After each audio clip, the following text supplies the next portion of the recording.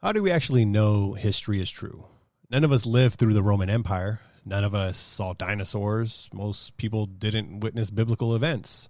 So how do we decide what's fact, interpretation, myth, or revision?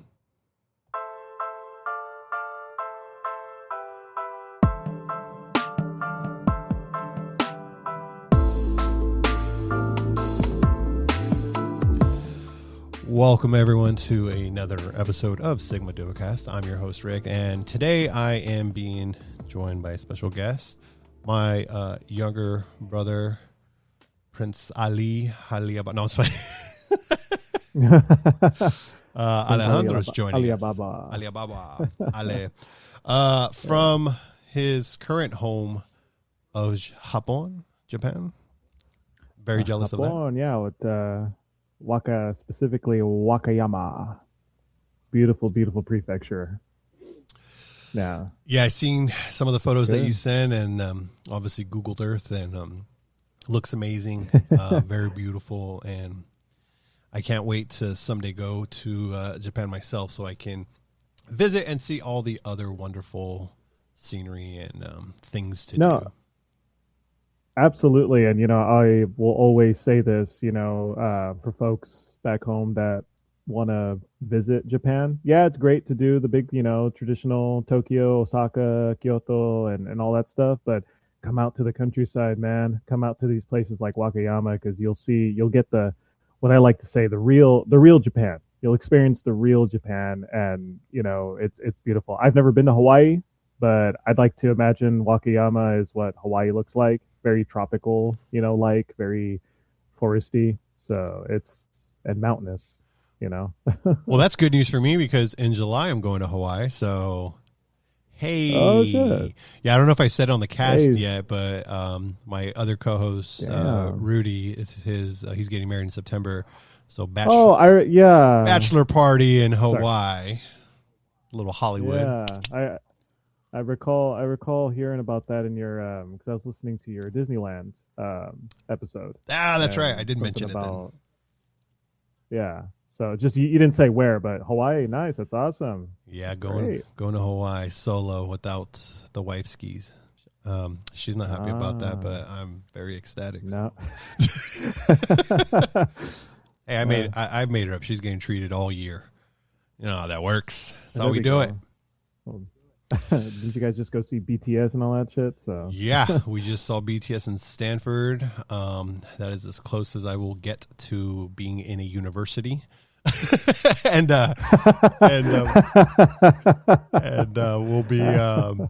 we'll be going again in September, and she's already impatient and wants that to happen. So in 3 months we'll be going again in SoFi, nice.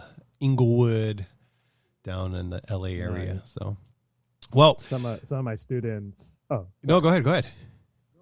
No, I was just saying some of my students. Because they recently did a project where they're like, "Oh, what country do you want to visit?" A majority of my students were saying like, "Oh, Korea."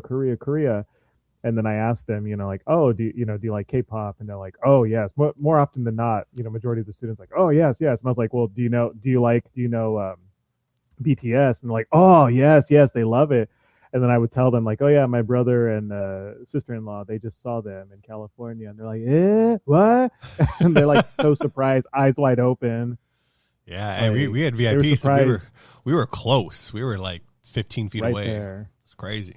Yeah. They also loved your Shohei Ohtani photos and everything. They're like, "Oh my God, that's Ohtani."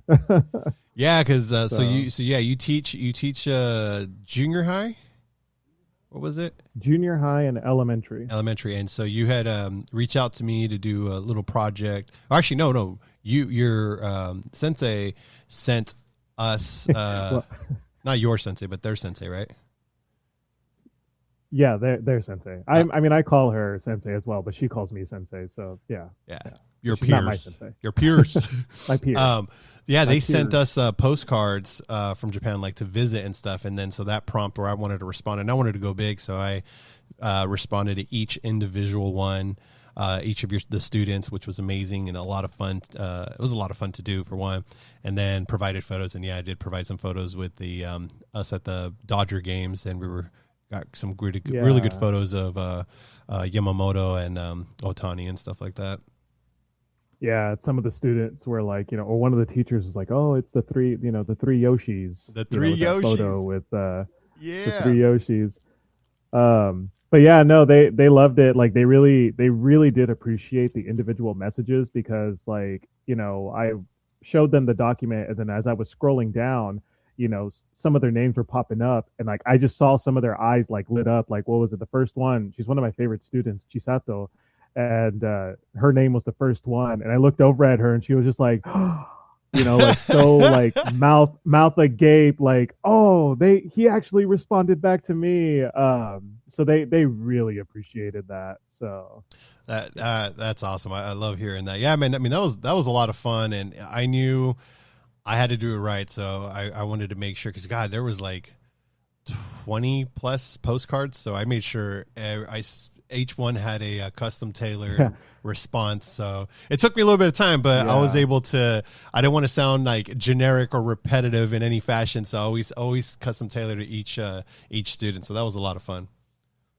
No, and they appreciate it. And sorry, I meant to. It's funny because I meant to actually message you guys to like give you a heads up of like, oh, by the way, you might be getting some postcards at some point.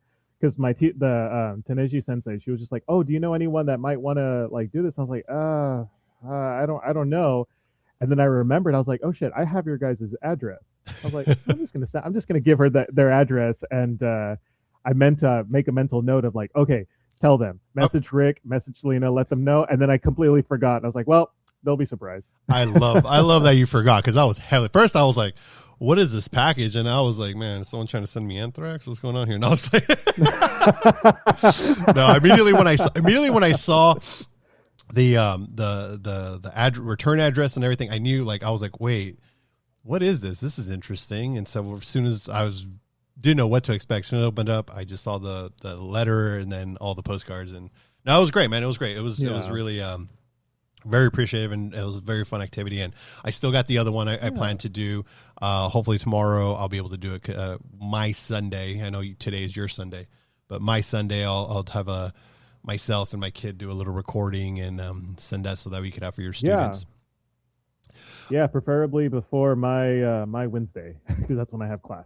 Perfect. So tomorrow's going to be it. I'll make sure it gets done tomorrow because I'm off tomorrow, and it's going to be fun. All right. So this episode, I'm excited for this episode. So if you happen to have listened to the Artemis episode, I had made a comment on there because I was talking about the Apollo missions and how a lot of people didn't know if that was real or not. And I briefly made a comment about how, or mini segue, if you will, where I was just talking about it's kind of how history can be interpreted to a lot of people. Is it real? Is it not? Like, is history accurate if you lived through it, were there, saw it, or do you not believe anything that happened because you weren't there, And we can go back 30 years, because I mentioned 9/11, how I experienced it, and versus like the current generation of people won't know exactly how that happened, how that experience. And then if you wouldn't even go further back into the 90s, and then, I mean, I was just saying literally just within the last 50, 60 years. But then if you go and really think about it, because I've always said this to friends and stuff, it's like, what about if we go way, way, way back? Like we go back to the Roman era, we go back to biblical era. Like I said in the opening headline, if you go back to these times, like how do we know for certain that, one, history is accurate, it's true, and two, like, to me, it's always the telephone game. It just gets translated over time. And if you've ever played a telephone game or don't know what that is, basically you'll come up with a fact, like a sentence, and you'll have a line of like 8 people. And so then you'll whisper into the person, you're all lined up, and there's one in front of you, and one after the other. You'll whisper your sentence to that person, and then that person should essentially whisper the exact same sentence to the next. But by the time you get to the final person, you either A, have the most simplest sentence ever, or one word, or is something completely different, because each person could say something else or can verbatim or sum it up, and it just gets lost in translation. So that's how I've always felt about history, because if you even go back to like biblical stuff, think about the Bible or anything like that, that was in a different culture, different language, and over time it gets translated. And how do we know that it's being translated well? How do we know that the people that are saying it or translating it, or any history, they're saying it with positive intent that's accurate, or they're saying it because at the time they were more negative or positive towards that subject. So therefore they're going to, make it a little more fictional bias. Because, bias and stuff because that. So that's kind of the topic that we're going to have, because I said that, and then you hit me up. You're like, hey man, I kind of want to, that was a interesting topic you had there, reached out. And so this is what this episode kind of came to birth. It was you reaching out to me, which I love. And I encourage any listeners to do that. I'm more than happy to have a conversation with anybody. Even if you're all the way as far as Japan, we can make it happen. And so, so that's what we're going to talk about today. But before we do that, I kind of want to, I don't have any really qualification of history or anything outside of just opinion and whatever the hell I live through. But for you, the subject of history, it's a little bit different for you than it is for me. And go ahead and share why that is, and your credential, if you will. Yeah. Well, I definitely, before I do start, I definitely want to preface it, with the fact that, like, I'm by no means, some expert, in particular type of things, but however, I got my bachelor's of arts in history, and nothing specific. It was kind of, what's the word? It's escaping me right now. It's, I guess I want to say generic. But in my classes, I focused a lot on like East Asian history, Chinese history, which fascinated the hell out of me. A little bit of religious history, like the history of Christianity, which was pretty interesting. And then also World War II. Like one of my favorite classes to this day was Hitler in the Nazi era. Was one of my like most fascinating classes that I had like ever taken before, because of like how we embarked on that journey of like not not justifying obviously what happened, what the Nazis did, but like just kind of like understanding their mindset and like what the hell really was going on, because like I'm all about understanding all perspectives, like living in Japan. I want to understand, I want to learn more about like, okay, what was going through the minds of the Japanese during World War II, before World War II, like what were they going for. But anyway, I studied history and for my undergrad, and so I majored in it. So I'd like to consider myself as a amateur historian. Very amateur. No, and that's perfect, because like I said, I mean, at the end of the day, we're just talking perspective and thought and opinion, and that's kind of what this episode is going to get into. So I don't know, we might get deep, we might not. It might be classic Sigma Duocast style, where, I mean, I remember one of our early episodes, me and Nate, we went off and we talked about aliens, and it was some wild stuff. So I don't know, dude, but we'll see if we're gonna have a classic Sigma episode with that. But no, thank you for that. And I knew, I felt when you reached out to me, I was like, oh, this is going to be awesome, because I knew that you studied history, and it's something that you were passionate about, and something that you know about, even if it's not everything. Because I mean, we can't know everything. I mean, if we knew everything, we'd be unstoppable people. But exactly. Let's see here. So the first segment that we're talking about, it's basically why it fascinates us. So, I mean, what you kind of already touched on it a little bit, but what really made you interested in history? Let me see here. Yeah, I guess we'll just go with that. Like, what really brought you into interest with the history? Well, with history in particular, I love reading me some good old fictional stories, fantasies or whatever kind of fiction is out there. I love reading. And so, I used to treat, history and learning about history as just like, obviously stories of the past, stories about people that we've learned about growing up in history, freaking, Martin Luther King, stories about Hitler, stories about, Napoleon Bonaparte, Jesus, and just a bunch of historical figures, But the more and more, I delved into it, and the more I learned about it, I was like, oh shit, no, like obviously this is, this a lot of this really happened. These are stories of how we as a species came to be and how we continue, to progress and just, learning about, okay, how the hell did humanity get on its two legs, and then from there, how did society build upon itself, and then once societies grew, larger and larger, like how did people manage, and reasons for war, reasons for coping with, like, pandemics of the past, the bubonic plague, the what is it, the one in ancient Greece, or not Greece, it's escaping me right now, but it was basically like, the Black Death of ancient times. So just the progression of humanity, where did we come from, where have we been, and where the hell are we going, you know? Um, yeah, where are we going? I mean, one thing I knew about history, I've always been taught with like my history classes in high school, because that's as far as I got when it comes to history education, is Yeah. it's that history is always repeating itself in some shape or form. That no matter what, it's repeating itself. It's just a different version of that. So Yeah. I mean, for me, history, I'm fascinated by it just because, to your point, it's what exactly is the past. The past, when we think about the future, there's a lot of unknown, but there's a lot of guide, and there's somewhat control in a sense. Like, I can control, for the most part, my future in some cases, where a lot of I can't.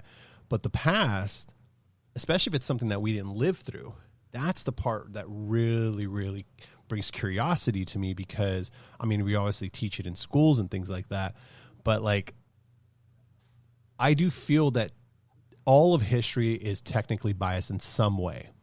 And I feel, to me personally, that's a bit of alarming, because I can tell a story how I see fit. Others do the same thing. So how do you feel about the idea that, or maybe you agree or disagree, but that all of history technically is biased in some shape or form? I think there is definitely a level of bias when it comes to history and, interpreting history. Something that I learned during my undergrad was that I didn't learn like in high school or anything like that, was that when it comes to historical moments, I guess, you're going to have different kinds of perspectives. Like, for case in point, the American Revolution.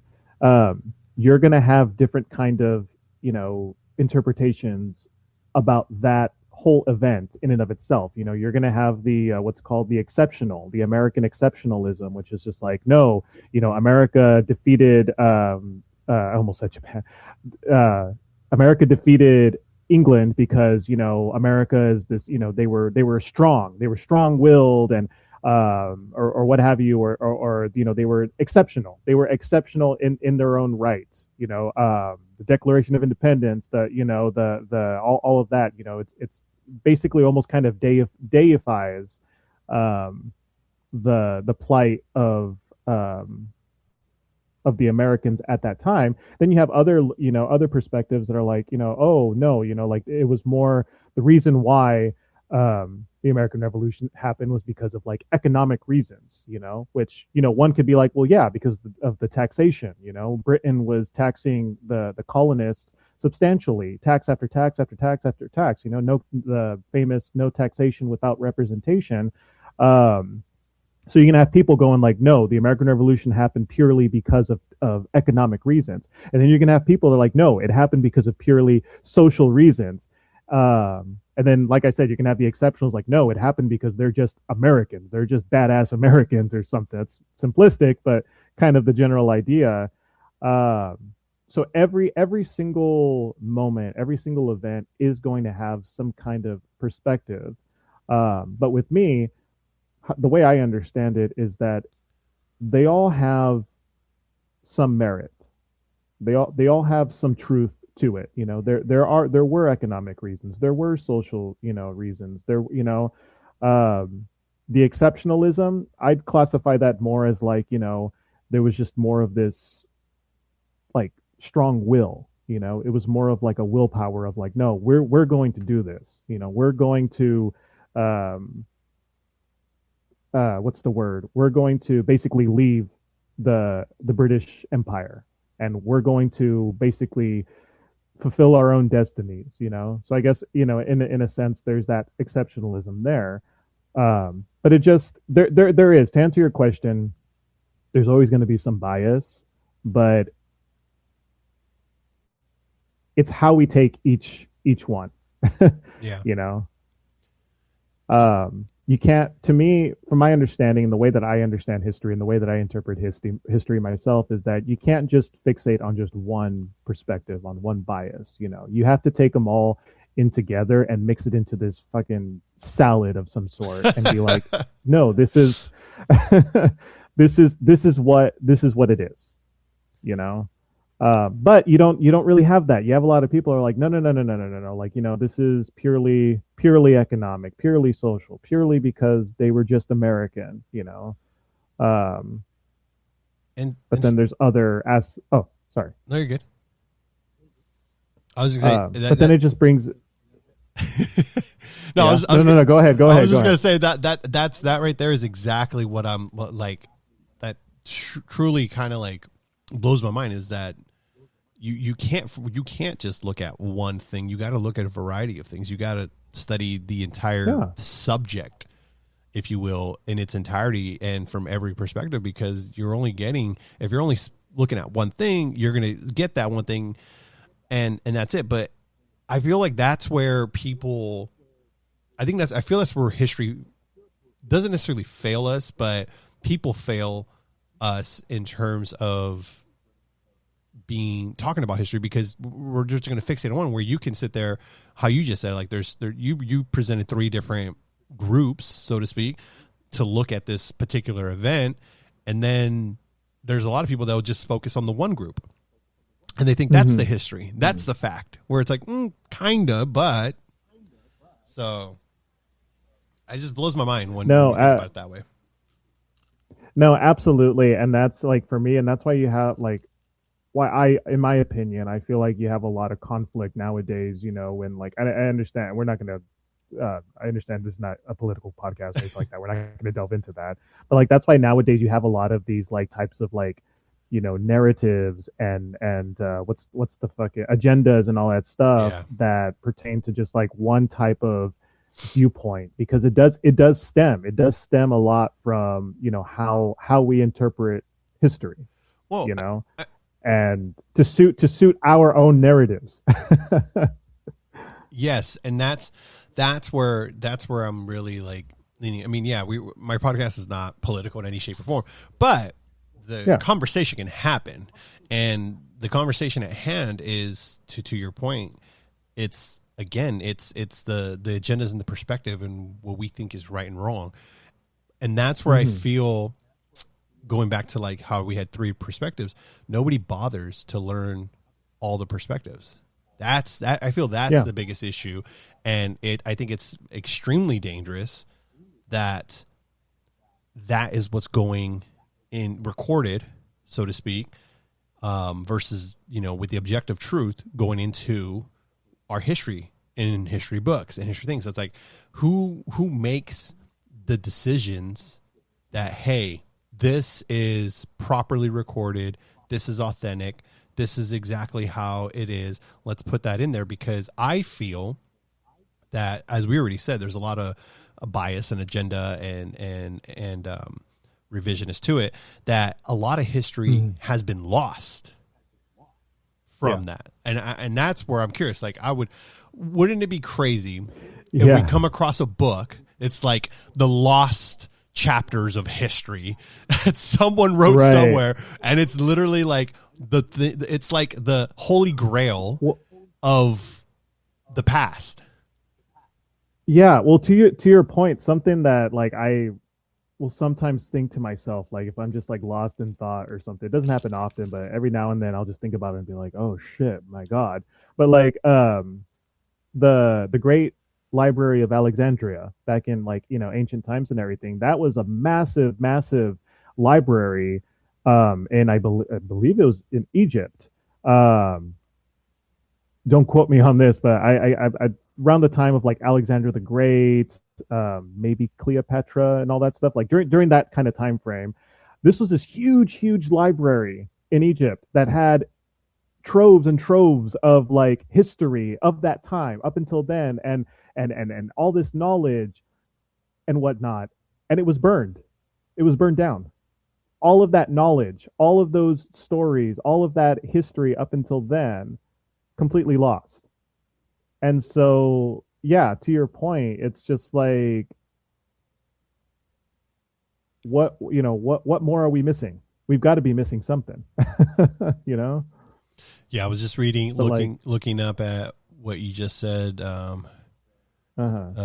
Like Library of Alexandria, and it was in Egypt.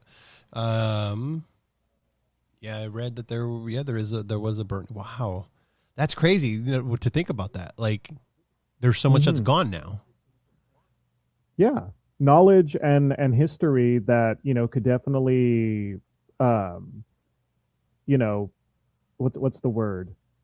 Codify, solidify like a lot of theories of the past that are now lost, and we'll never know. We'll never ever know that for as long as we live. And it was the result of Julius Caesar, the Caesar Civil War, that led to that. Mm. Again, I don't know if this is true or not, because that's what we're talking about. So that's a perfect segue, because Yes. how do you feel like, I don't know if you know, but like, how do we know that what historians determine is a source trustworthy? Like, that what makes a credible source? What do you think? Do you know, or what are your thoughts on that? Well, from my understanding, and I'm sure there are others out there that could definitely like fill in the blanks, on this and everything. But when it comes to like sources and all that, um, my mind immediately when we were talking about this goes to like anthropology, because anthropology is, the study, is the study of basically humanity in the past and all that stuff, digging up, it's not just digging up fossils of dinosaurs and all that stuff. That's a whole different field.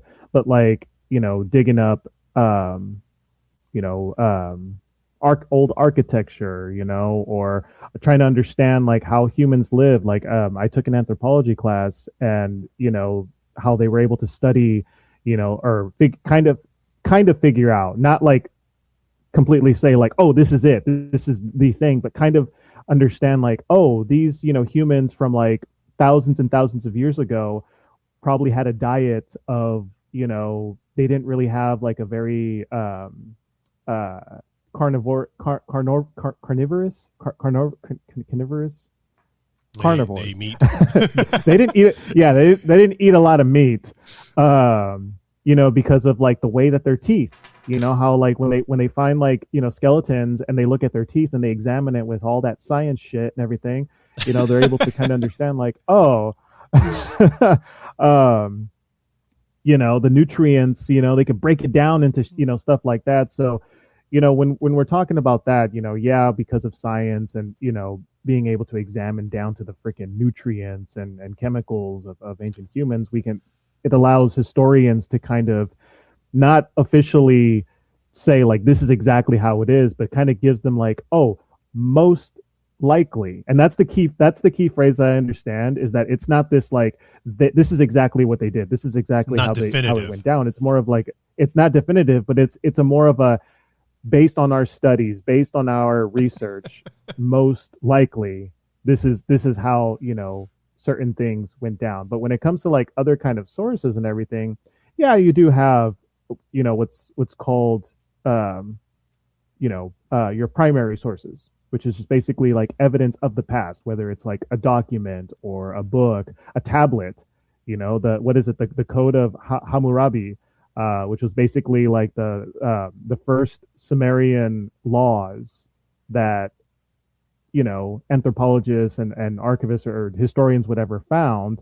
That it's not totally complete. Like it's, I think if you look it up, like it's pretty much like kind of broken up, but they're able to like look at it and study it and go, oh look, these were some of these were like the first laws of of Samaria, Mesopotamia, like these areas.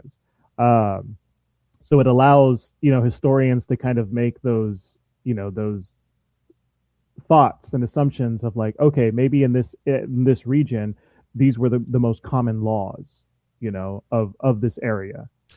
So, so I'm curious. So that's perfect because like I talked about earlier, how there's like the telephone game problem that I feel that over centuries, Yes. there's languages change, culture changes, translation changes. I mean, right now the slang in today's kids is crazy to me. But anyways, politics change, 6, 7, right? Sorry, Religion changes. Yeah, I don't get it either. Sorry. Power structure changes. Like there's so much that changes, and you just brought up like, for example, the first written laws of Sumeria were recorded on clay tablets, ancient language of Sumer, and so it was oldest one, Code of Namu, and it was circa 2100 BCE. But it says that, where did it just go? My screen just kind of flickered. It says that it was first translated in 1952 from fragments found in the Sumerian city of Nippur. Like that right there, like first off, who knows the language? Who can translate it? And we're talking about fragments. Like it's not even a complete puzzle. Well, and then the other key thing is who translated it as well. Exactly. If it's some like British archaeologist or something like that, like, okay, yeah, he's got some merit, he's got credentials and all that stuff. But it's like, it's again like who's doing the translation, of these ancient texts or what have you. And so yeah, they're experts, but of course there's going to be this, things get lost in translation. I wonder. So we talked. You can think of some of the most like biggest examples. There's ancient Rome, which I think is very fascinating. Which I personally always get. I know Greek mythology isn't real, but god damn it, sometimes it feels like it might have been real at some point, and that's another problem in itself. Well, and yeah. Thought on that? The thing about the thought on like mythologies and everything, at least my opinion on this and my understanding is that I feel like there is some merit to mythologies. I'm not going to sit here and say that every mythology is true. Like there is a Zeus, there is a Odin, there's a Thor and all that stuff. I'm not going to say that, but basically, like during the time of Greece, ancient Greece and all that stuff, I'm sure someone experienced somewhere, maybe some high official or some basic person experienced like, oh shit, there was a tsunami. Oh, this was a god, or something. Poseidon did this. Poseidon, so something there, my understanding is that something during these times when these myths were first created and all that stuff, something occurred that of course these people aren't going to understand. They don't have the type of like knowledge and understanding that we as contemporary humans have, where if they see something, if somebody sees a burning bush or something like that and they hear something, they're going to be like, oh shit, this is a sign from God. This is a sign from Zeus. This is, the waves, there's no wind right now. So this is, punished, this is a sign from like some kind of like higher power. And I feel like it's humans trying to, when it comes to mythology, it's just humans trying to find meaning in the natural world, Yeah. I said it, and I think I know we have it probably at some point in the conversation, but I mean, if it comes early, it comes early. That's how we do it. Sigma, we ain't got no scripts, so we just rock with it. Hey. But I feel like when we think about, I've said this before on the Bible. I don't try to get, again, with politics, religion's another touchy subject for people, and I try to keep it clear for anyone. because I believe everyone has the right to believe in whatever they want to believe. It is what it is. That's the free world. But respect with religion, I'm Catholic, so I believe in all that. I believe in God and devil, demons, the whole 9 yards. I believe all that. Now, saints. I feel it's a human necessity to have that faith, that belief. Yes. Because it helps control our sanity. It helps control hope. It helps control the sanity of death, so to speak, because I feel that people who, if you don't believe there's nothing beyond death, like, I think that would drive some people insane. Like this, the whole idea of it. So, I mean, again, that could be its own conversation of its own, but to your point on what you were saying, like, I feel that's how I feel with a lot of, like, when I read stuff about the Bible, when I read stuff about Greek mythology and things like that. It's anytime the word gods is brought up and we think of individuals with a higher power, I always feel that it goes back to exactly how you were saying it. Like, it's just people trying to find faith, find hope. But it's just so creative is my thing. Like, creativity is amazing to me, because if that's something that, like, unless you told me Greek mythology was created in like 1950, 1960 or whatever, like with the Clash of the Titans film, someone just wrote it up from thin air and that's what we got. Great. Oh, I got it. It's Hollywood. But mythology's been around for many, many centuries. So, I mean, not saying that there wasn't creative people, thousands of years ago or anything like that. I know we all feel like we're all primitive in a sense, but that's some creativity there. Like, and some of it's really detailed in essence. So it comes back to, like, how history is. Like, how do we know what's real and what's not? Because some of the Greek mythology is so in depth, so detailed that it, like, you would have to sit there and say, this had to be real. Or even if you read, like, the Divine Comedy, the poem of Dante Alighieri, where he talks about entering the seven realms of of hell. Like, that shit sounds like this motherfucker really went to hell and, like, saw and experiences the art, the illustrations they created to it, the story, the detail, the adventure of what it was. Like, I honestly sit there and I'm like, did he really go? Like, and so it leads you to believe. Go ahead. Well, what's really interesting about that, because I remember it's been a while since I've read Dante's Inferno. I actually would love to read it again, especially the other two. Anyway, but something that I remember reading about that is that prior to then, the Catholic Church didn't really have an understanding of, like, what hell was really like. And once the Divine Comedy was released at that time, that kind of shifted people's understanding. They read that and they're like, oh, basically kind of like how you reacted. People back then were like, is this really what it's like? All fire, this is torturing, like, it's just constant, just nothing but just torture and all that stuff. And so, like, again, it's that kind of, I don't know, I'm not an expert on Dante or whatever, the author of that, anything like that. So I don't know if he was on something. I don't know if he was freaking, I wholeheartedly believe he went through hell, dude. Yeah, maybe he did. Because, like, that's another thing that kind of to this topic that we're on is that a lot of people back then ancient times or whatever, I don't know if I want to say more often than not, but I'd say a lot of them were on something. They were That's like true. in some kind of psychedelic. Like, I remember reading about I think it was about it was a Native American tribe, and it was like shamans. And basically you'll hear about shamans, how they'll take, like, magic mushrooms or something back then, and then, like, it allows them to, like, I don't know, fucking transcend into another realm. And, like, I mean, I don't think you actually, I've tried mushrooms before, you know, and you do you transcend to a certain extent. you go into But ancient Greek and you fight fucking well, the no, Poseidon. no, my dumbass will stare at fucking tree bark and go, "Oh, look at the pahoihois." You know, it's a type of lava. It's a type of lava. From the trees. See?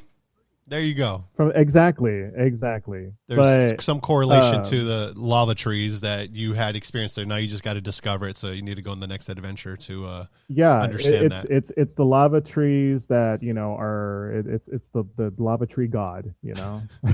Giving me an answer. But No, but basically, it's that kind of idea that I wonder. I'm not going to sit here and say that. Oh, I believe. I wonder if like a lot of these, you know, shamans or mythologies were kind of created under some kind of influence.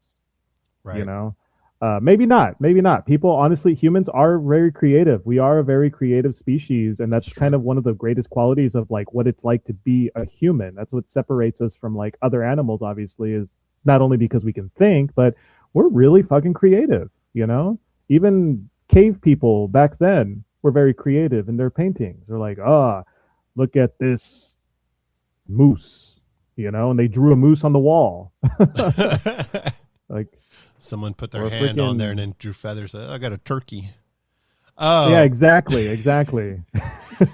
so I mean, and so that goes with it. I mean, so you have ancient Rome. You think about ancient Rome, like I think of, like, you think of Spartans, you think of Caesar and how they lived, then you think of Egypt, you think of Mm. pharaohs and all that, and then you think of, like, you got samurai history, you got Viking history, and that's another thing. Norse mythology is another thing. Native American history is a whole different thing. You just said, I mean, they do psychedelics, and then you have World War II perspectives that really boils Yeah. down to depending on the country. So, one thing you said earlier, Mhm. which I'm glad you didn't dive too much into it, because I was like, oh, I got a question. I actually have that kind of ready for you to talk about. But since living in Japan, because you've been there for almost 2 years, or already a little over 2 years now, um, Yeah, 2 years and some change. so living there, how has that changed how you view world history? And are there any certain historical events taught differently there, if you got to experience that, than they are in America? Yeah, so I guess I don't know fully like what their curriculums are when it comes to history. It's actually I should have asked this prior because I'm making friends with his name's Yoshikawa, and he's a social studies teacher. And I should actually ask him some questions. Um, but there's another teacher that I became friends with, Kobushi. He's a cool guy, freaking nerd. But anyway, I've asked him some questions here and there about just Japanese politics and history and everything. But since living here, it's definitely changed my worldview, and how I approach things, differently. I guess an example approach how I approach like my understanding of like history, and just society as in general, I guess. But here in Japan, they've got their own set of mythologies, their own set of gods. I mean, there's Christianity's out here and everything, but obviously Christianity didn't come here until, what was it, like the 16th century, with like Spanish or Portuguese missionaries that came out here and introduced it and everything. But like folks here have their own creation story, of two gods. I forget their names, long ass names. But two gods that under their understanding created the world, their world. You know, um, but when it comes to like modern day, interpretations and everything, my understanding is that there is still some hesitancy, like especially when it comes to like World War II. Um, there's a lot of hesitancy with acknowledging certain things and talking about certain things. Like when it comes to Germany, they're flat out like after the war, they were flat out like this is what happened and this is what we did. And it was kind of just like, they weren't shrieking behind it. They weren't like trying to like sugarcoat anything, or they're trying to be like, well, like maybe not trying to justify. They're like, no, this is what happened. This is what went on in Germany. This is like our stain, on our history. But we're not going to ignore it. We're going to confront it because we don't want something like this to happen again. You know, whereas here in Japan, that kind of line of thinking isn't so much prevalent. I mean, right now, as we as we speak, there's a new prime minister here in Sanae Takaichi, and she likes to think of herself as like a Japanese Margaret Thatcher. So she's definitely like a, very. She's trying to basically build up the Japanese military again. Her and her party, they want to change the constitution in Japan because ever since World War II, the Japanese constitution basically says, I forget what it is. It's some Article 7 or some article in the constitution, but basically says because of the US, drafted the constitution and they've been using that constitution ever since, says you cannot have a standing army. You can have a self-defense army. That's why you have the SDF, the self-defense force, the self-defense air force, the Navy. It's purely self-defense. So if anybody is going to attack Japan, you have a right to defend yourself, but you do not have a right to have a standing army because we know what you did with that standing army, basically, to kind of really simplify it. But you have that now where they're wanting to change that because of what's happening with geopolitics around the world, the shit that's happening in Iran, the rise of China, and the more like kind of aggressiveness that China is displaying. Japan is like, no. We want to change that. We want to have a standing army. And so they're trying to change the constitution. There's a lot of backlash. Like especially from older generations. Right. They're strongly against it. They're like, no. We've experienced. We know what happened when Japan had a standing army. We were a fascist freaking empire that conquered large swaths of East Asia and the Pacific, the great Japanese empire. And you have a lot of those like older generations that are strongly against this revision of the Constitution. But then you have younger generations, our generations that are like, basically trying to, and this is based on what Kobushi, my Kobushi sensei told me, was that there's a clash in Japan right now where you have a lot of people, one faction that's like, we did wrong. Japan did wrong and we got beat up and, we can't do that anymore. It's basically like, tuck your tail in between your legs and just, kind of be pacifist, be a pacifist nation. But then you have another because of World War II, faction, right? Is that what you're talking about? Because of World War Okay. II. And then you have another faction that's like, no. It's time for us to come back. It's time for us to basically like, I don't want to say, my mind wants to say like raise an army again, but it's like, basically it's like, forget all of that. That's in the past. Forget about that. What happened. But we deserve to have a standing military. We would deserve to have like, an army like around the world. Cause like, Japan is one of, I don't know if it's the only one or one of the only nations in the world that doesn't have a standing army, and then between those two factions, you have, folks that are like, that don't want to have nuclear weapons in Japan. People are like, no. We've experienced that. We do not want nuclear weapons in Japan. And then you have other ones that are like, no. We should have nuclear weapons in Japan because it's going to keep us safe. So there's this huge clash between factions, and I think it does stem with a lot of, obviously, of what happened. The ramifications of World War II are still being felt to this day. Yeah. I mean, it wasn't that long ago. Like, I mean, it is, but it isn't. No, 80 years, and like, it's like when I tell people like in historical terms, like, oh, 500 years, that's not a long time. They're like, yeah, fucking 500 years, that's a long time. It's like, no. In historical terms, that's not a lot. That's not a long time. 80 years, that's nothing. Yeah. But yeah. It was Article 9 of the Constitution of Japan. So Article 9. yeah, so that's what prohibits maintain. And then to answer your question that you had, there are currently 22 sovereign nations worldwide that do not maintain a standing army. So that's pretty interesting. Europe has a couple. The Americas have some. Costa Rica, Dominica, Grenada, Panama. And then there's the Oceania, which looks like islands and stuff. Samoa. Oceania, like Australia. Yeah, Australia, Samoa, Indonesia, that whole region. Yeah.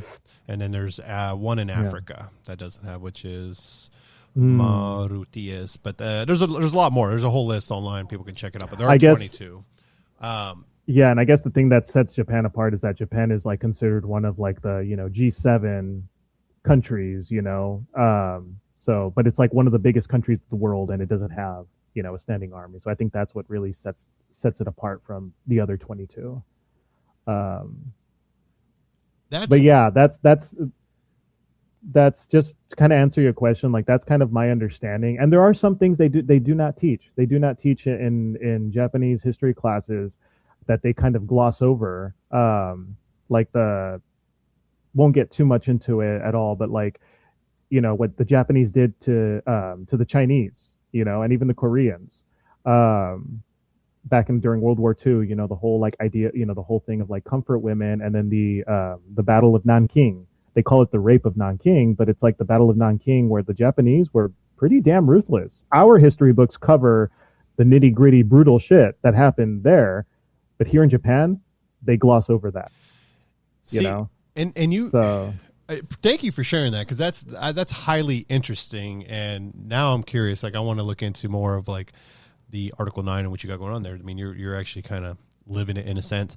But see, and that right there, that just goes to show what you just said right now. Like there's things that they go over in history and things that they don't. So every country is going to be different. And that's where, for me, that's exactly what I'm talking about. Like that's the bias, that's the change. I mean, we know America is going to gloss over certain things, and then they're going to heighten certain things. I mean, again, we're not political, but if you let's just put it this way. And again, I'm not taking a stance in any type of political thing or anything, but if a certain group today, like becomes the high almighty, so to speak, the history book would look pretty damn different to what other people see it as, because again, at the end of the day, whoever wins gets to write history. So when you look at all the history in the past, we're never going to know what the losing side really experienced or whatever. The winning side is just going to say, hey, this is what it is. This is what I feel. Or they're going to choose to ignore it, like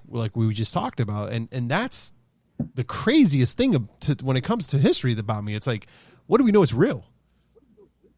No, exactly. And to your point where you were just saying, like, and something that I don't know if I would attribute to living in Japan is affected, or like a combination of living here and then experiencing, life back in California and my, my studies in history and all that stuff. But it's like, the thing about that is that I wish, this is going to sound very simplistic, but it's just, when it comes to history, when it comes to understanding things, like to your point of like, obviously without getting into it and all that, about, if there was a certain group that came into power or whatever in America, that, their interpretation of history would be a little bit more, I don't know if I want to say bleak, but it would be different, rather. Let's just say that. It would be very different. Thing is that, let's just use American history, for example. You can look at American history and you can say there were good things, there were terrible things, there were neutral things. But the thing is that why can't we just take all of that together? Yeah. Why can't we take all of these things together and highlight, like, okay, yes, the American Revolution happened, and that was a huge thing. That initiated a lot of other people around the world to go, if these people can do it, why can't we? Because ever since the American Revolution, other countries have, subsequently had their own civil wars, American revolutions, and I don't want to say all of them, but a grand majority of them would cite the colonists, the Americans, And that's a great compliment, of like, oh yeah, look at people in France. They were looking at, that overthrew the king and all that. That's the whole nother mixed bag of things because Napoleon came into power and all that. But like people were citing American Revolution. Fast forward into like, more years and all that stuff, when it comes to like slavery and all that stuff, you can look at that and be like, that was fucking horrible, obviously, for obvious reasons and all that stuff. The reasons behind it because of X, Y, and Z and all this stuff. But let's acknowledge that. Let's acknowledge that this happened. Let's not gloss over it. Fast forward, forward to more years and everything.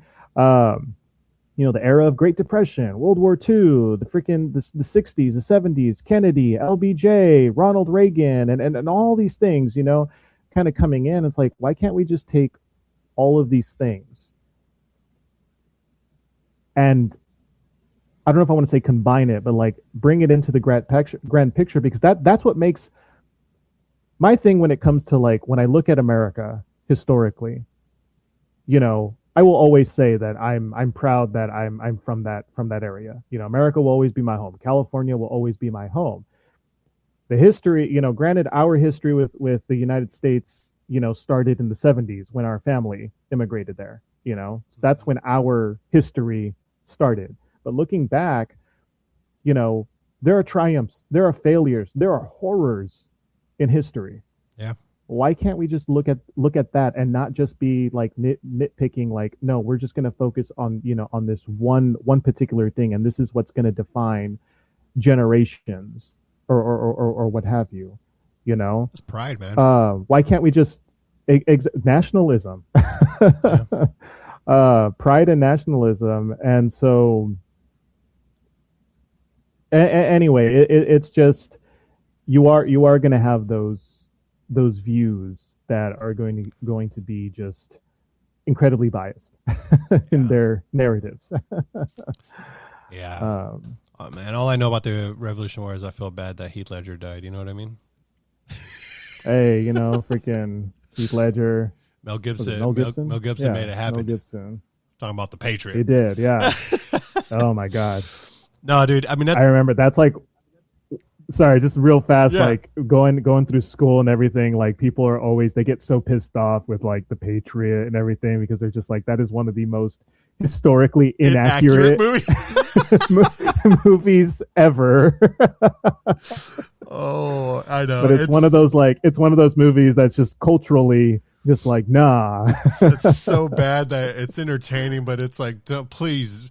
That goes for any movie. Please don't use any, unless it's like a documentary, even to that some extent. But any movie that's based off an event, if you think that's history, like Oppenheimer. I mean, I still haven't seen Oppenheimer. I need to watch it. I own it, but I haven't watched it. But like, come on, dude. Like, that's it's Hollywood. That movie was surprisingly, Oppenheimer was surprisingly incredibly popular here in, I shouldn't say surprisingly, I can see why it was, but it was very popular here in Japan.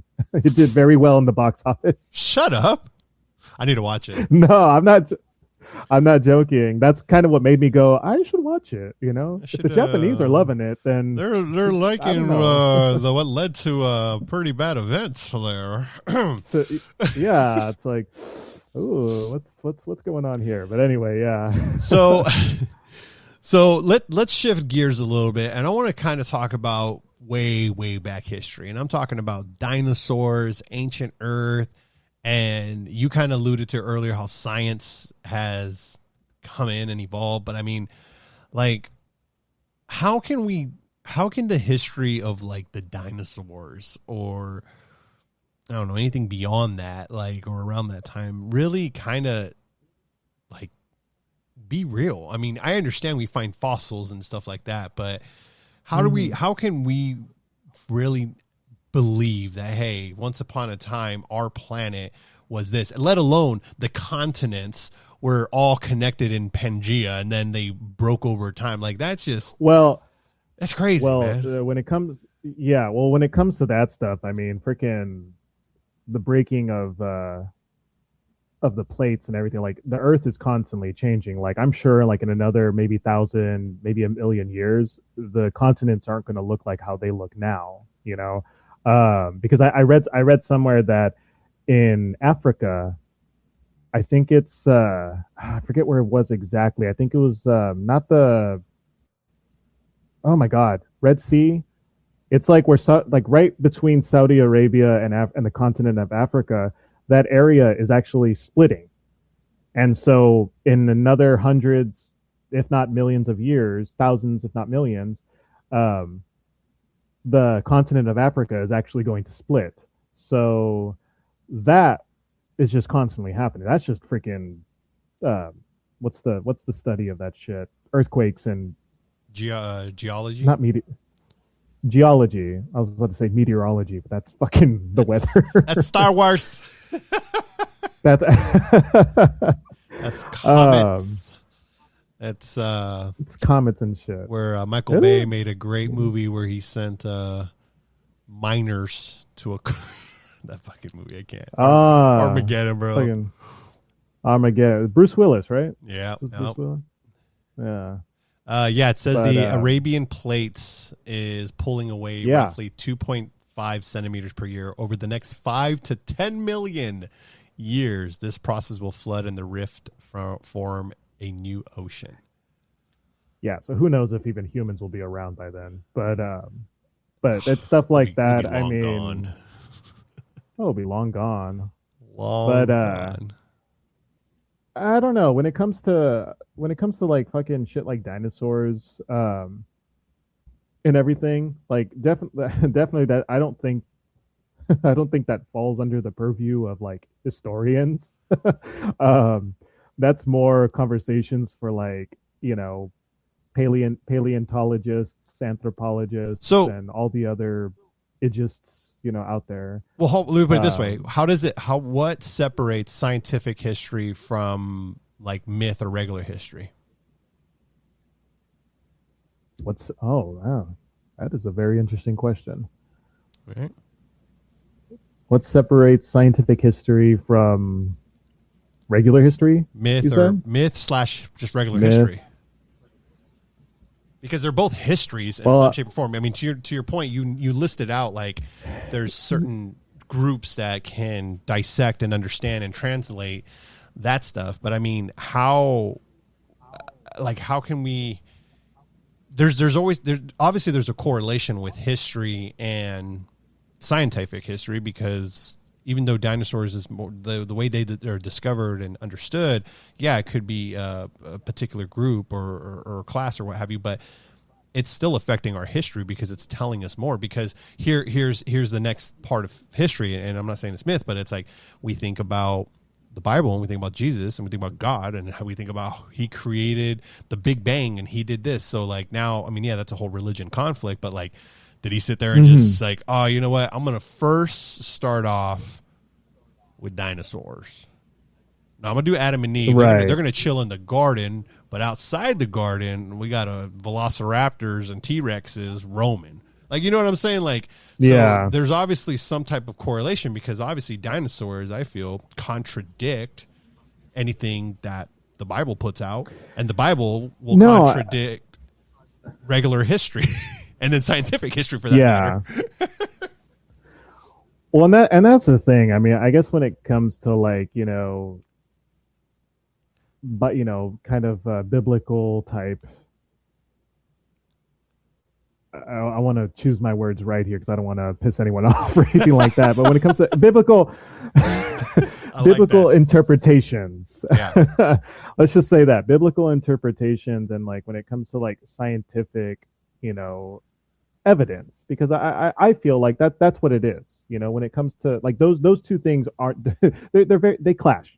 Oh, 100%. That most 100%. Yeah. I mean, I want to see Jesus riding a T-Rex. Hey, I'm sure freaking AI can make that. Oh, I'm sure it's been done. I'm sure it's been done many a times, but I don't know. I think it just kind of when it comes to like our understanding of the Paleolithic era, Jurassic era, all those freaking times, the times of the dinosaurs and everything. I think that just boils down to what evidence is available to us. I mean, what was it? I just read an article that here in Japan, scientists found fragments of the asteroid that wiped out the dinosaurs. You know, What the hell? which makes sense. Which makes sense because, like, from my understanding, is that that asteroid was pretty damn fucking huge. Right. So it's going to make sense that fragments of it are going to be scattered all over the world and everything.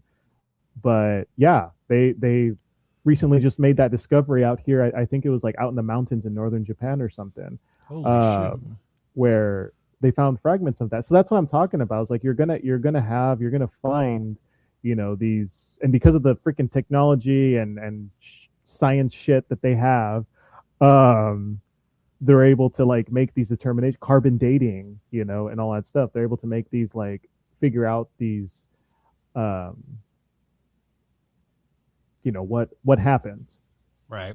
Um, Obviously, the knowledge is going to be limited, but it definitely paints, with broader strokes. It paints a clearer picture, when it comes to scientific history. And I'm hesitant to use that word history because when I say scientific history, like, my mind just goes to, like, the history of, like, of how these methodologies came to be. Right. It's not necessarily like the history of dinosaurs or anything, but it's just like how, they've been able to, like, carbon dating, for example, like the history of, like, how that came to be. So yeah. I think I'm not a scientist, obviously, so I don't know. Well, no, but you did bring up a couple of interesting things, which is perfect for their next our next segment, which is modern revisionism and information control. Because we talked about technology, we talked about, I mean, obviously science has all the technology and they are able to figure things out, but we also have our own science in history and social space, as well as now entering AI. So I guess the next segment I want to talk about is, are we currently rewriting history in real time? And how is social media impacting history? Is it making it less reliable or more documented?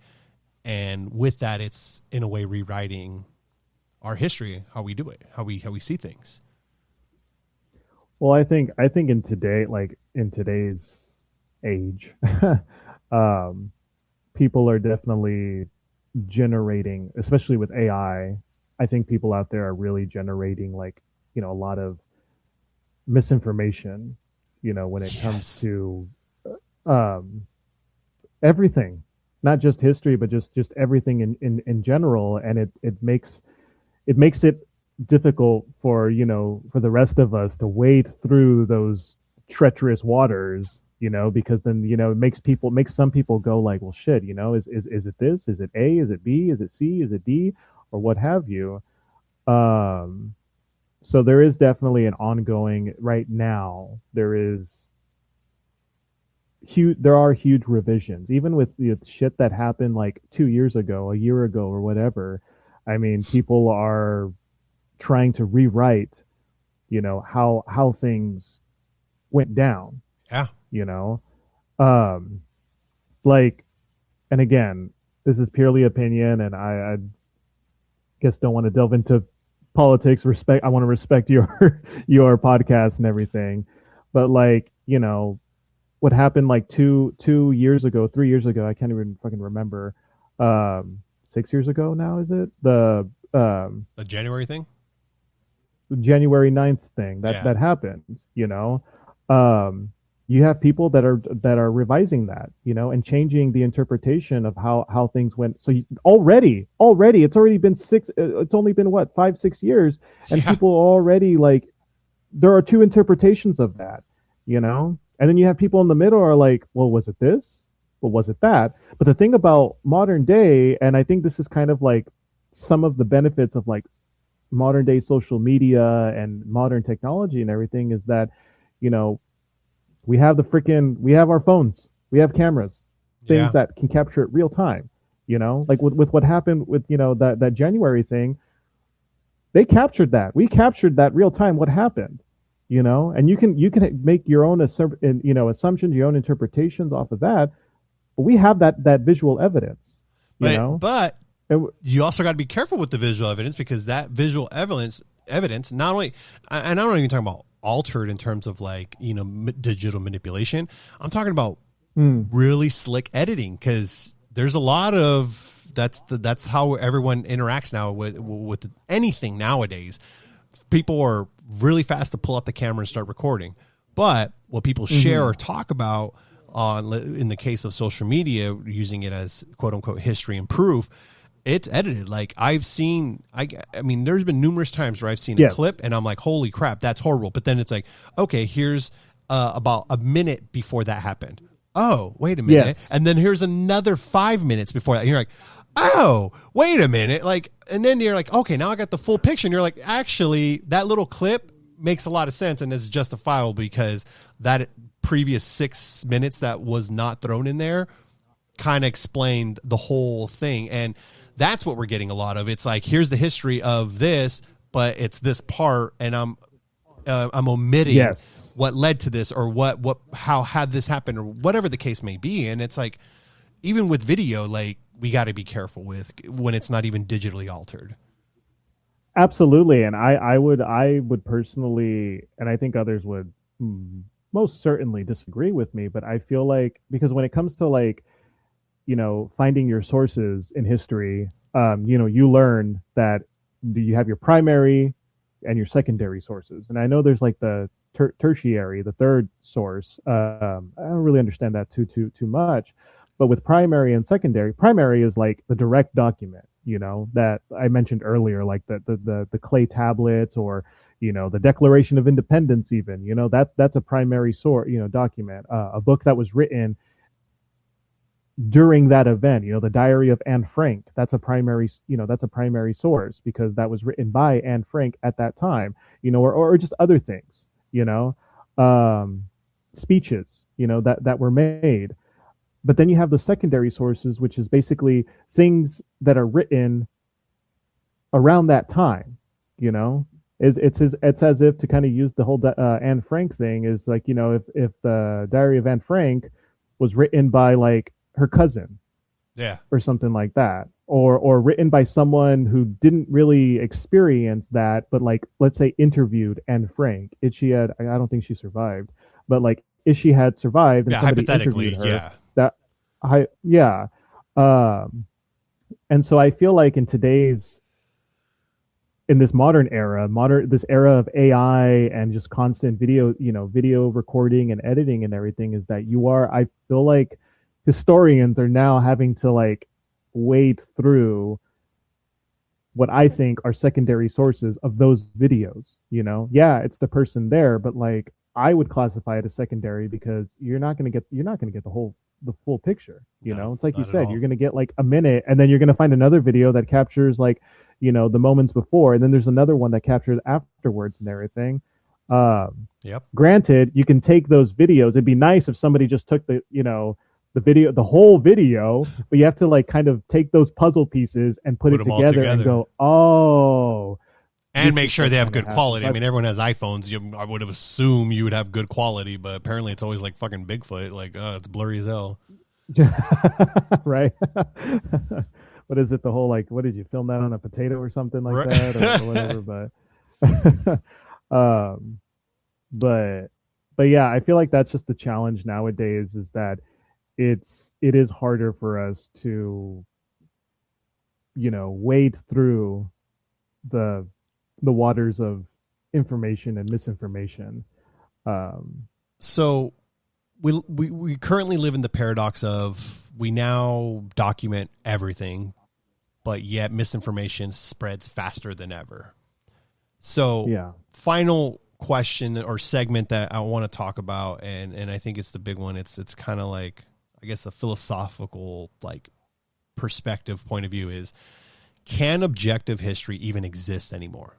Can we provide good objective historical accuracy, or is it impossible? Is that something that in X amount of years we just won't have?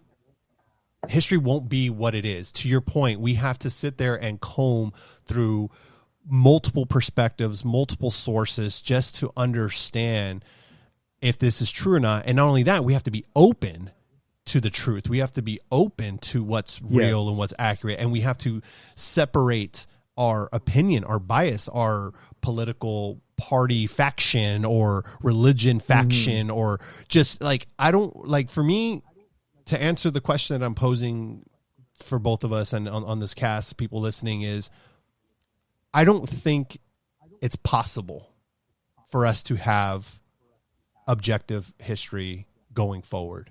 I think there are way too many hands in the pot. I think there are too many things that, whether it's politics, religion, AI, editing software. I mean, we now have the technology where, I've said it in the previous cast, there's a movie coming out. I can't think of what it's called right now, but Val Kilmer, who sadly passed away, he's in this movie fully digital. It's his voice. It's all AI built. It's him. And you can watch the trailer. They don't show enough, so obviously I want to see more when it comes out. But it looks damn there real. And we've seen people do already videos now where they're creating AI, and you think it's a celebrity or whatever doing this, but you know it's not them. But I mean, this is why AI is so dangerous. I mean, I'm fascinated. I'm interested. I like it. I want to know what it's about. But it is dangerous in the wrong hands, so to speak. But with that, and just the way I already see history as it is, where it's just like the game of telephone, it's never going to come through. It's very biased. It's very, certain point of views. I mean, you just said it yourself earlier, where other countries teach history differently. We omit things. Like, it's a whole thing. So I don't feel that we'll ever get the real history of anything going forward. I think it's going to get progressively worse, to the point where we would need, unfortunately, I'm not saying that we're going to need dictatorship, but we're going to need some form of like regulation or something to where we're able to preserve history. Or it's going to be a small group of people that are able to maintain history. Like, God knows what type of documents or what's kept in the Library of the Vatican. You know what I mean? Like, yeah, I don't know. I mean, what are your thoughts? Well, I guess my first thing I want to say is that's pretty bleak.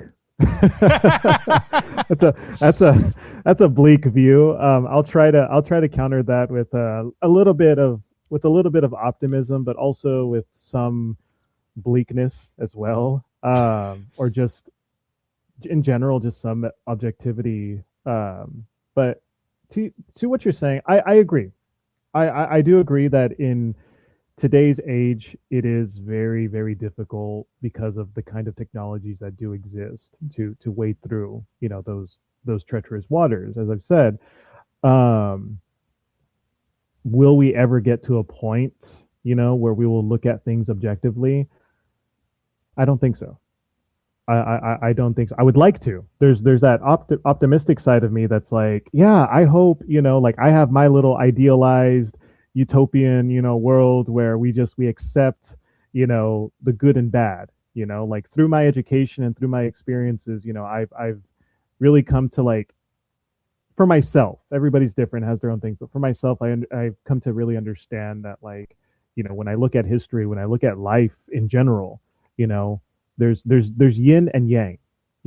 I took a Chinese religions class in school, and that shit freaking, ugh, one of the best classes I took as well, because here you have a lot of elements from Chinese,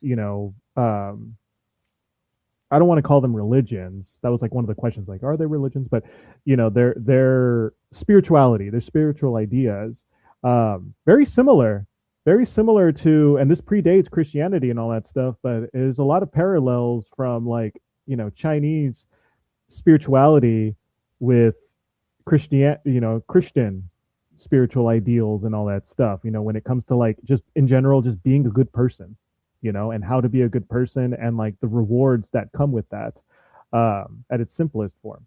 But anyway, my whole outlook, my whole philosophy, worldview is that, especially when it comes to history, is that,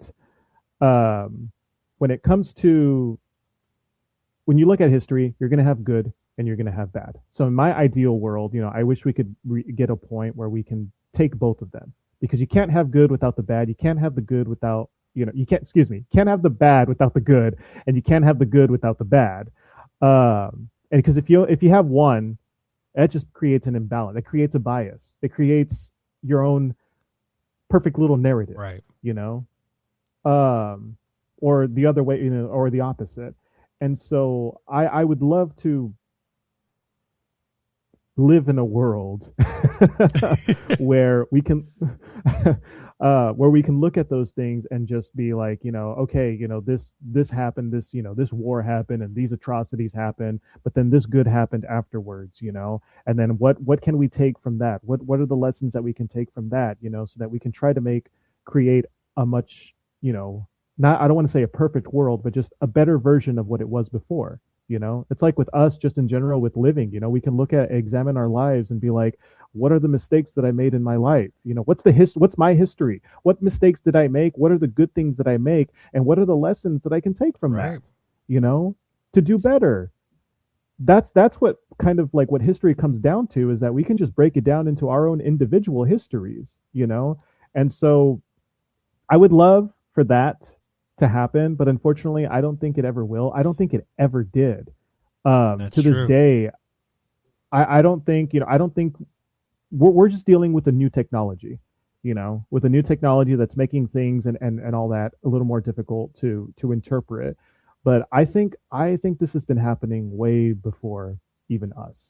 There have been fights about interpretations of histories and everything. I mean, when we look at nationalism historically, I can imagine that during the time of like when Japan, before they became the Meiji Restoration, before they became the Empire of Japan, I wouldn't be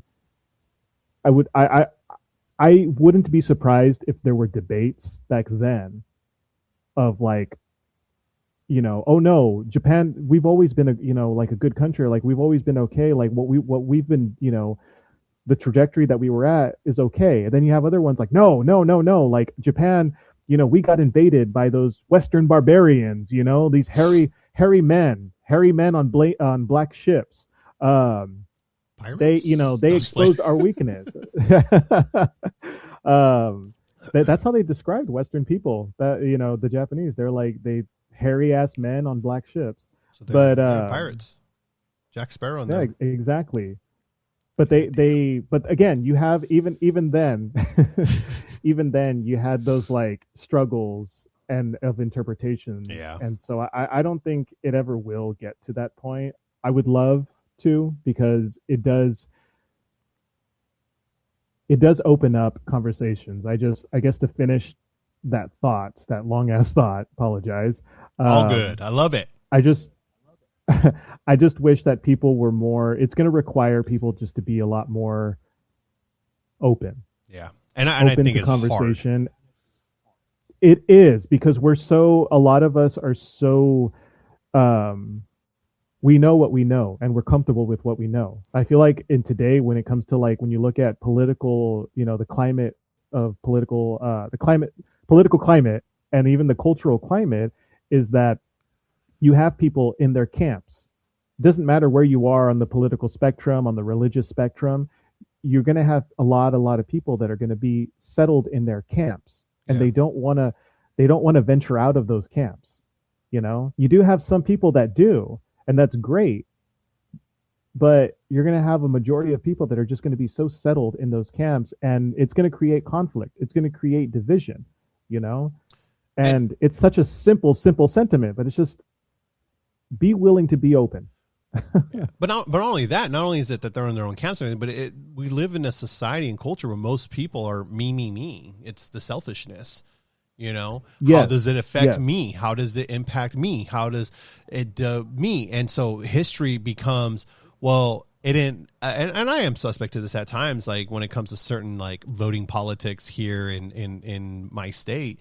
Because we have to, but it's like, how's this going to impact me? If it doesn't impact me, I don't give a shit. Like, that's just the reality of because I don't got time to stress about like other things, but that's just, that's how people live. It's me. So no, you're right about all that. And I mean, that's very valid and fair of how we see it. and that's a very, I will say, living in Japan, that's a very American quality. The me, me, me, me, me. It's definitely prevalent around the world, but it's definitely a very American 100% American. Like individual, like individualism. Because out here in Japan, something that I really appreciated and like and learned is that they're very um it's all about the community. You know, it's like, yes, of course, we look out, for myself, but I'm also going to look out for this other person, and I'm going to do what I can, even if it's a small gesture. I'm going to look out for this, for this person. Like there was one very, very quick anecdote. I went to which we got to go. If you ever come to Osaka, we got to go to the Star Wars themed bar. Amazing place. Done. A lot of bootleg Japanese Star Wars toys. Hell yeah. And it's amazing. This guy, he did it himself, and he created his bathroom. You walk in and it's fucking Darth Vader's throne. Ha! Yes.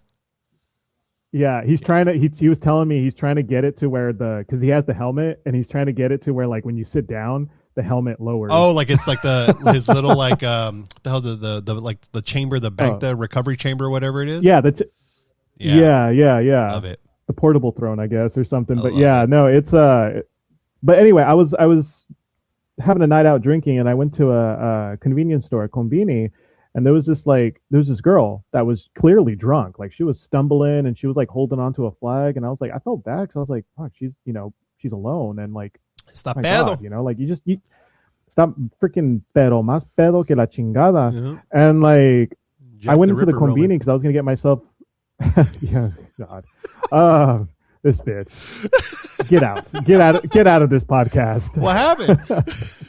I'm the captain now. I'm the captain now.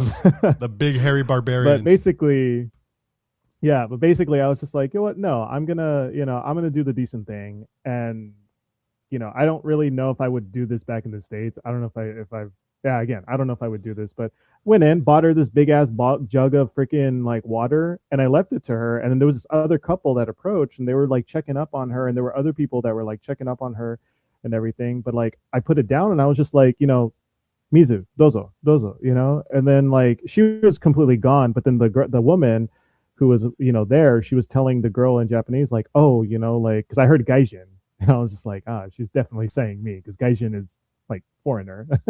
But she was basically telling this young woman that, like, he got you water, and all that. But like, before I even left to catch my train, I was just like observing how people were just like, two couples approached her and like were taking care of her. Yeah. Yeah, here in the States, there'd be a whole different story, and that person probably wouldn't be around. That's how bad it is here in the States.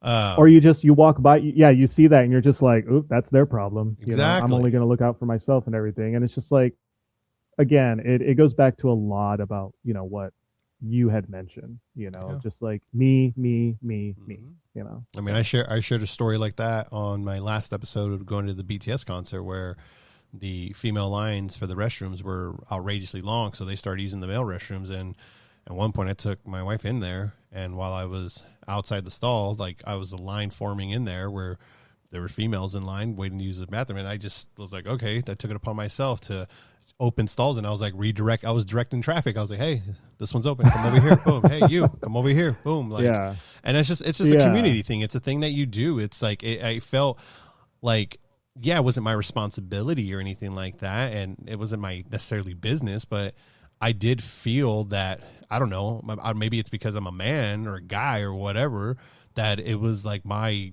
duty or objective to ensure that they were safe to whatever they were doing, even though I knew the situation was safe because everyone was very cordial. But I just took it upon myself, like it was my responsibility to do it, even though I know it wasn't. But that's just how it is. I mean, there's not a lot of people like that here in the States. No, so. it's the decent, and it's a sad thing to say, but that's just how it is. But like, it's the decent thing to do. Yep. Just decency. There we go. I love it. So, at the end of the day, maybe history isn't about having perfect answers. Maybe it's just humanity trying its best to preserve memory before it disappears. I know that History to me is what I view, what I see, what I live. That's going to be factual. That's going to be important. Your history is going to be different from mine and vice versa. And we take everything with a grain of salt. You either fully believe it or not. And if you do your due diligence to observe all perspectives, all understandings, you'll get a better view of how a certain event or situation happened. But I'll leave with this final question for you and well, for both of us. What's one thing you think people misunderstand about history?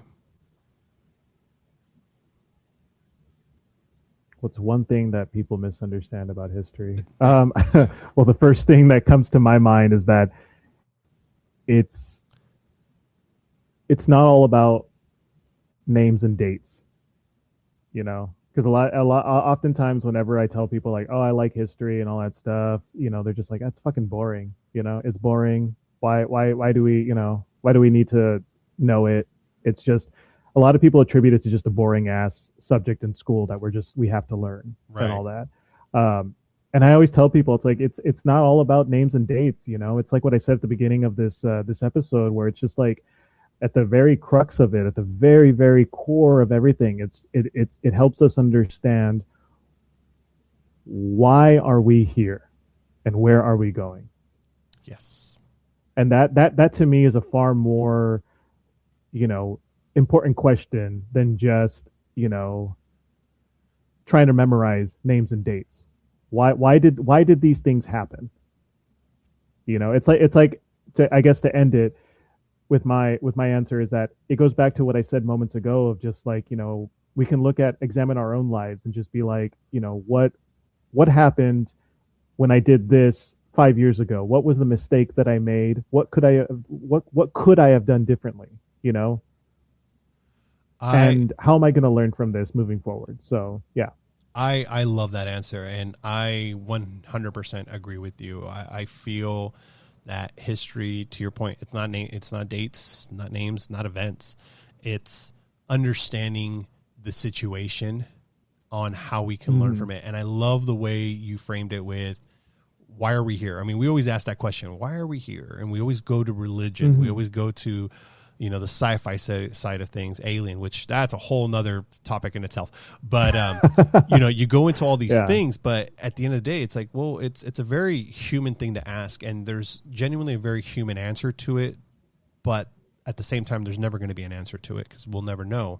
The only thing you can do is understand it the best you can on the human side of things. And so you use history to help you understand it. If we're able to know and understand history, this is why I feel the authenticity and the accuracy of history is so important, because if we know exactly how it went down, both sides, all sides, whatever sides, to now, we would have a better understanding of what we've achieved. We would understand the hate. We would understand the good. We would understand the hope. We would understand the growth. We would understand so many things as human beings. And you take that information and attribute it to your own personal history, and that, in theory, should give you the answer of why are we here. So I absolutely love that thought on how you presented that and said that, and I agree with you 100%. And it's not just a book to read and does that, you know. No, exactly, and I do love how you framed it yourself right now. So I wholeheartely like, yes, all the yeses in the world. So awesome. Well, hey man, this was great. I know we can totally dive into a lot more and dive into different sections and put hours and hours. And so who knows, we might have a part 2, part 3, who knows?